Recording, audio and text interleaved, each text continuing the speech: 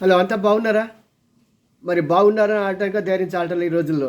కారణం ఏంటంటే ప్రతి సంవత్సరం కూడా డిసెంబర్ మాసం వచ్చేటప్పటికి ఏదో రకంగా హంగామా. చాలామంది ఇది హంగామా అనరు, ఈ మెడికల్ మాఫియా అంటారు.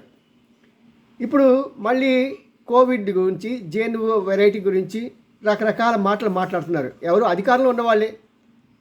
మన ప్రభుత్వాలేమో చాలా సీరియస్గా వార్నింగ్ ఇస్తున్నాయి, జాగ్రత్త జాగ్రత్త జాగ్రత్త అని. కానీ వరల్డ్ హెల్త్ ఆర్గనైజేషన్ వాళ్ళేం చెప్తున్నారంటే, ఎదురు చూస్తే it is not that serious, but it did not pose much of the problem to the health అంటున్నారు. ఇది మరి ఏంటి? ఒకరో మాట వరల్డ్ హెల్త్ ఆర్గనైజేషన్ ఏమో దీనివల్ల పెద్ద సమస్య ఏం లేదు, దీనివల్ల మనుషులు చనిపోయే అది తీవ్రమైన స్థితి లేదు అని వరల్డ్ హెల్త్ ఆర్గనైజేషన్ చెప్తూ ఉంటే, ఇటుపక్క సెంట్రల్ గవర్నమెంట్ ఒక రకంగా చెప్తుంది, స్టేట్ గవర్నమెంట్ ఇంకో రకంగా చెప్తుంది. ఒక డాక్టర్ ఒక రకంగా చెప్తున్నాడు, ఇంకో డాక్టర్ ఇంకో రకంగా చెప్తున్నాడు. ప్రజల ప్రాణాలతో ఆడుకోవటం సబబా అని మీకు ప్రశ్నిస్తున్నానండి. ఇదేం న్యాయం అండి? ఇదెక్కడ న్యాయం? గవర్నమెంటు సరైన చర్యలు తీసుకొని కనీసం దేశంలో ఒకే స్టాండ్, అన్ని రాష్ట్రాలు ఒకే స్టాండ్లో ఉండేటట్టుగా చేయాలని ప్రజలు కోరుకుంటున్నారు. గతంలో మనం చూసాం. మనం ఒకసారి కనుక లాస్ట్ ఇయర్ మనకు జరిగిన ఆ కోవిడ్ విలయతాండం చూసినట్టయితే అప్పుడు పరిస్థితులు ఎలా ఉన్నాయో చూడండి. ప్రతి ఇంట్లో కూడా ఒక దారుణమైన స్థితి. ఆ దారుణమైన స్థితి ఎట్లాగంటే, తన సొంత మనుషులు చనిపోతే వారికి దహన సంస్కారాలు చేయడానికి అవకాశం లేని పరిస్థితి. ఇదే అవకాశంగా తీసుకొని చాలామంది చాలా హాస్పిటల్స్లో ఎన్ని లక్షల రూపాయలు వసూలు చేయగలమా అనే ఒక వ్యాపారాత్మక దృక్పథంతోనే చేశారు. కానీ వాళ్ళు మానవతా దృక్పథం ఎక్కడా చూడలేదండి. వైద్య నారాయణో హరి అంటారు. వైద్యుడు నారాయణుడు అంటే భగవంతుడు. మరి భగవంతుడిగా ఉండవలసిన ఆ వైద్యులు పీక్కు తినే పీరుగుల్లాగా ఉంటే ఎలాగండి?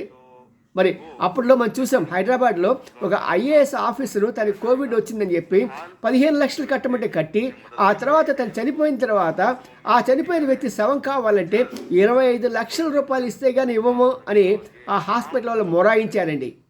ఎంత దారుణమైన సంగతి చూడండి. అంతా మర్చిపోయాం. మన జ్ఞాపశక్తి చాలా తక్కువ కాబట్టి ఇలాంటి భయంకరమైన సంఘటనలు కూడా మనం మర్చిపోతున్నాం.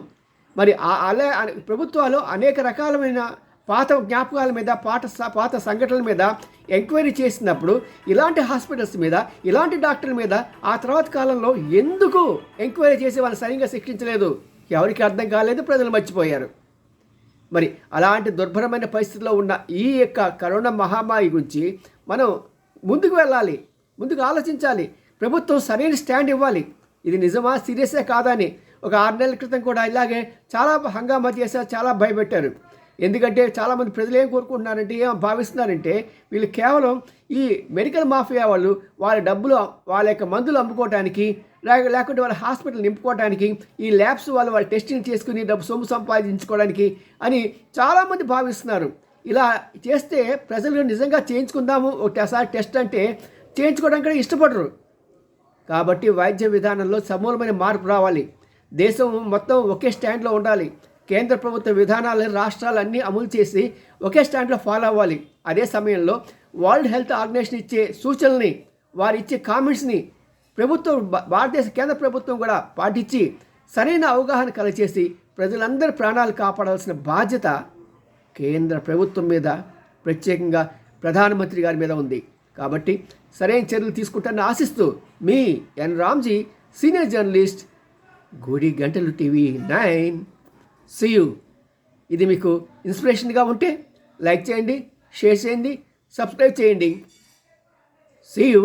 బాయ్.